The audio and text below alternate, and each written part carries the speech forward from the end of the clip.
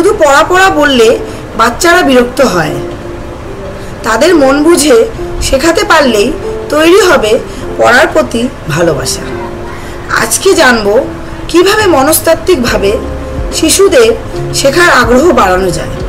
খুব সহজ 3টি উপায়ে। নমস্কার, আমি অনিতা রায়, সুন্দর ঘরে সুন্দর জীবন চ্যানেলে আপনাকে স্বাগত। 1. প্রশংসার কৌশল। বাচ্চারা প্রশংসা পেতে পছন্দ করে। একটা ছোট্ট "তুমি পারো", দারুণ, এই শব্দগুলো তাদের ভেতরে আত্মবিশ্বাস জাগায়। যখন তারা পড়া শেষ করে, একটা স্টিকার বা ছোট পুরস্কার দিলেও পড়ার আগ্রহ দ্বিগুণ হয়ে যায়।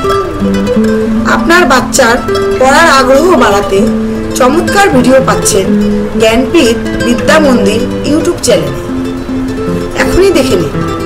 2. রুটিনে মজা আনা। রোজ একঘেয়ে পড়া নয়, মাঝে মাঝে পড়ার ধরন পাল্টানো দরকার।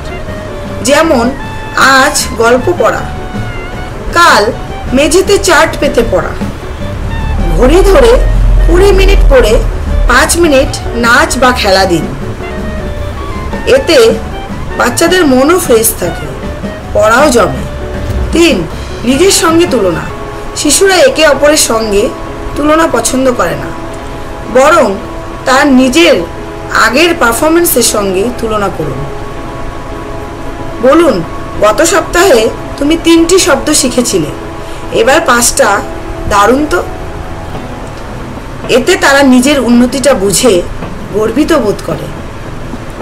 শিশুদের শেখানো মানে শুধু বই খাতা নয়, ভালোবাসা আর বোঝাপড়ার মিশ্রণ। এই ছোট ছোট মানসিক কৌশলগুলো তাদের পড়াশোনাকে আরও করে তুলবে আনন্দদায়ক এবং কার্যকর। ভিডিওটি ভালো লাগলে অবশ্যই লাইক দিন, শেয়ার করুন আর আমাদের সুন্দর ঘরে সুন্দর জীবন চ্যানেলটিকে সাবস্ক্রাইব করুন।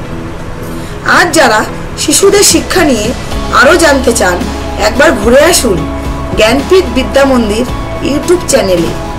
অনেক সুন্দর কন্টেন্ট অপেক্ষা করছে আপনাদের জন্য।